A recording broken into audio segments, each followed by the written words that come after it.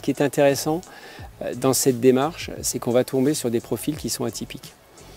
Et souvent, c'est des profils qui viennent de vivre des galères. Avant d'être primo-arrivants en France, ils ont un passé, pour ne pas dire un passif, qui a fait que leur ouverture d'esprit va être différente.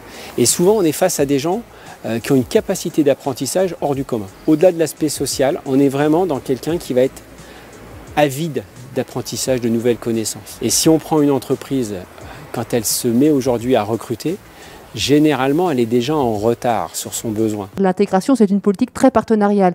Et parmi ces partenaires, bien évidemment, le monde économique est incontournable pour tout ce qui concerne l'emploi, parce que c'est le monde économique qui sait faire, c'est le monde économique qui emploie, qui sait de qui il a besoin, qui sait aider les gens à aller vers l'emploi. Et donc, au sein du monde économique, le réseau des Crépy est vraiment un partenaire exemplaire avec cette opération destination emploi. Au Crépy, on croit en la relation directe avec l'entreprise, avec la rencontre.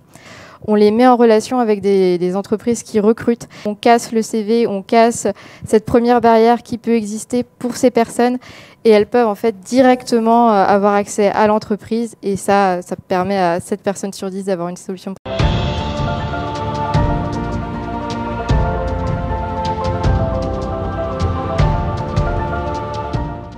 8 personnes sur 10 à un niveau débutant en français et ça peut pour les entreprises être un frein à l'embauche.